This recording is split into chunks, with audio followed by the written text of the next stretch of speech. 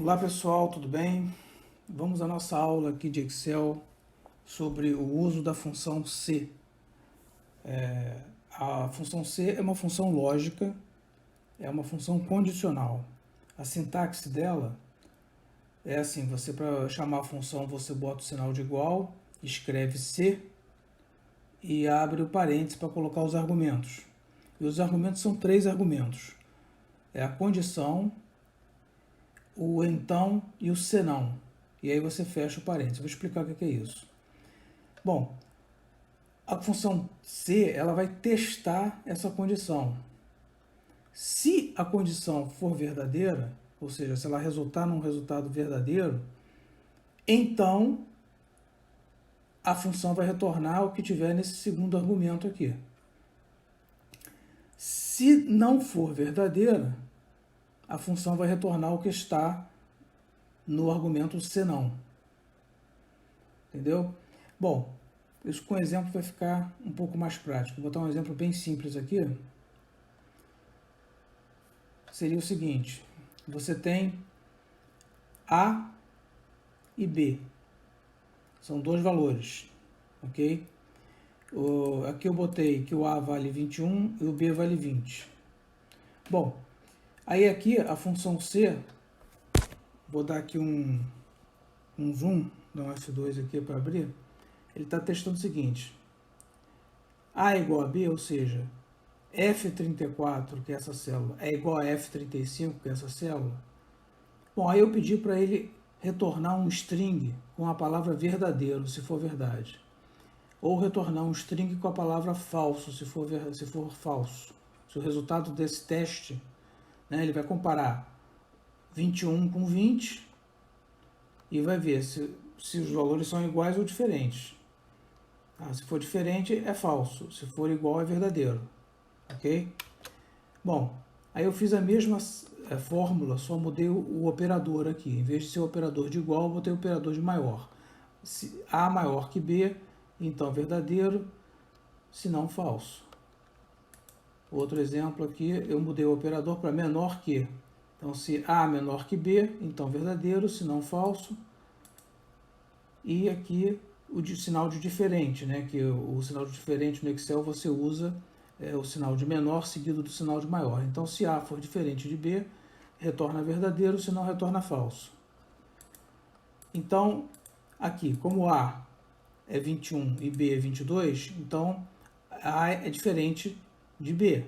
Então, A igual a B é falso. Como A é maior que B, 21 é maior que 20, então essa função retornou verdadeiro. A não é menor que B, então é falso, e A é diferente de B, é verdadeiro. Por exemplo, se eu boto 20 e 20, o que acontece? Muda tudo, né? O A igual a B passa a ser verdadeiro, o A maior que B é falso, o A menor que B é falso, e A diferente de B é falso, porque eles na verdade são iguais. Agora, se eu boto um A igual a 15, por exemplo, então o A deixa de ser igual a B, então passou a ser falso aqui. Passou a ser falso o A maior que B, passou a ser verdadeiro o A menor que B, e como eles são diferentes, A diferente de B ficou verdadeiro. Então é isso, ele retorna uma expressão ou qualquer coisa que eu queira que eu coloque dentro do argumento, ele vai te dar aquilo como resposta. Eu posso, por exemplo, mudar aqui essa função para dizer o seguinte: olha, se A é igual a B, em vez de retornar verdadeiro, eu vou botar aqui F34 mais F35, ou seja, ele vai retornar a soma. Senão, eu posso dizer que eu quero a diferença, ok? F34 menos F35. Tá? Então, o que deu aqui? Como A é diferente de B, não é igual, ele trouxe a diferença. Eu poderia colocar aqui, ó, 35, então ele passou a 15. Agora, se eu boto 20 e 20, ele vai me trazer a soma. Entendeu? Então é sempre assim. Agora, um outro exemplo aqui, que é um pouco mais complexo, que é o cálculo do imposto de renda na fonte com base na tabela progressiva. O cálculo do imposto de renda na fonte, ele se baseia numa tabela em que você tem parâmetros de faixas de renda e uma alíquota, e todo o rendimento que tiver dentro desses intervalos, você vai pagar um imposto correspondente a estas alíquotas aqui. Então, uma pessoa que ganha menos, ou melhor, até R$ 1.903,98 não vai pagar nada de imposto. Quem ganhar a partir de R$ 1.903,99 até R$ 2.826,65 vai pagar zero sobre os primeiros R$ 1.903,98 e vai pagar 7,5% sobre o que ele ganhar acima desse valor até esse valor. A mesma coisa acontece aqui, quer dizer, quem ganha nessa faixa vai pagar zero nos primeiros 1.900, vai pagar 7,5% sobre os valores que estão nesse intervalo e vai pagar 15% sobre o valor nesse intervalo, e assim por diante. Então aqui eu coloquei, eu botei as fórmulas aqui, que a gente vai poder examinar por dentro. Aqui já é uma função mais complexa, porque eu já tenho duas funções C, uma dentro da outra, ok? E eu vou botar um exemplo aqui. Primeiro eu vou mostrar como é que ela funcionaria. Por exemplo, se eu boto alguém ganhando R$ 1.800, não vai pagar nada, porque está dentro do primeiro intervalo. Se eu boto R$ 2.000, vai pagar 7,20, porque nada sobre os primeiros 1.900 e 7,5 sobre o que excedeu os 1.903. Se eu botar 3.500, ele vai pagar nada sobre essa primeira faixa, vai pagar R$ 69,00 sobre a 20 centavos sobre a segunda, R$ 101,00 sobre a terceira, e para por aí porque 3.500 é menor que o início da faixa seguinte. Se eu botar 4.250, já começa a pagar valores acima dessa faixa. E repara que esses valores aqui, uma vez atingido o topo da faixa, eles não mudam, né?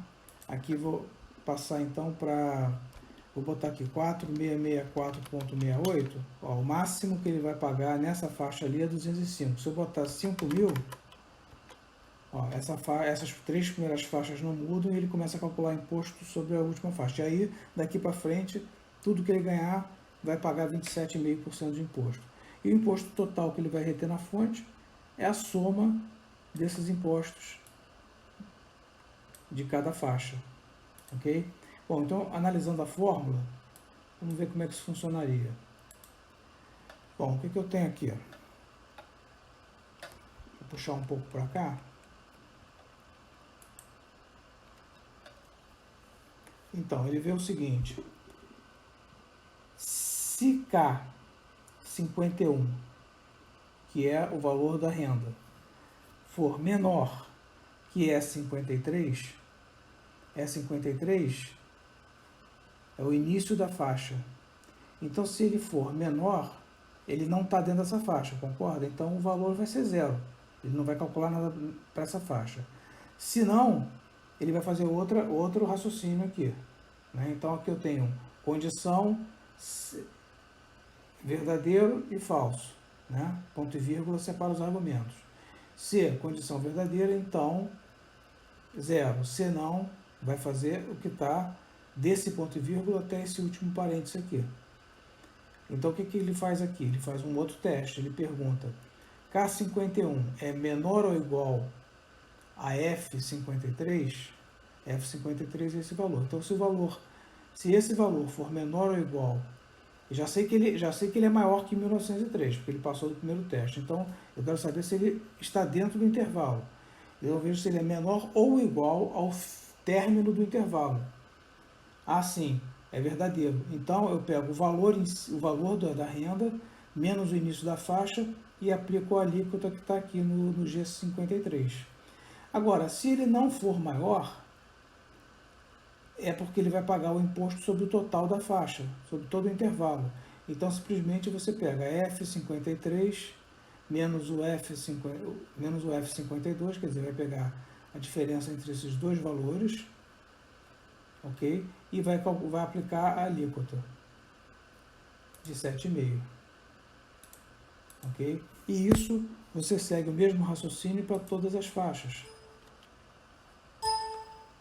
Ele vai trabalhando assim, vai calculando, até chegar ao valor total do imposto.